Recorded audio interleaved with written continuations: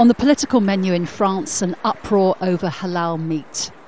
Under Muslim rules, the animal is slaughtered by cutting its throat. Now a number of right-wing politicians are saying French consumers have a right to know what type of meat they're putting on their table. At any other time in the political calendar, the storm over halal meat would probably have blown over by now.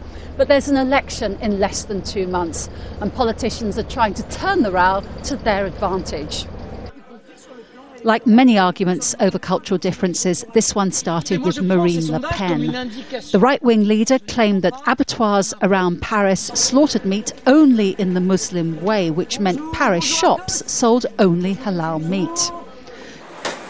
Sensational, but not entirely accurate, since most meat sold in Paris comes from further away.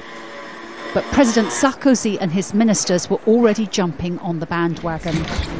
Comments by the Prime Minister Francois Fillon offended Jews as well as Muslims, since many of their dietary rules are the same.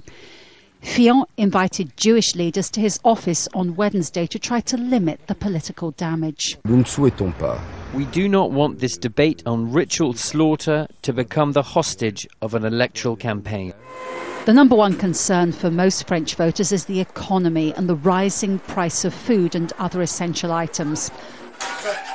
For them, the whole debate over halal meat is something of a sideshow. Even traditional French butchers don't see what the fuss is about. In the hellish chaos of a modern abattoir, the best way to slaughter is by slitting an animal's throat. That's the best way to be certain an animal doesn't suffer.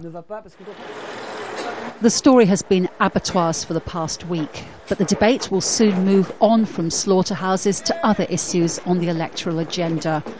What won't change is the race to win over voters, especially on the right wing. Jacky, Rowland, Al Jazeera, Paris.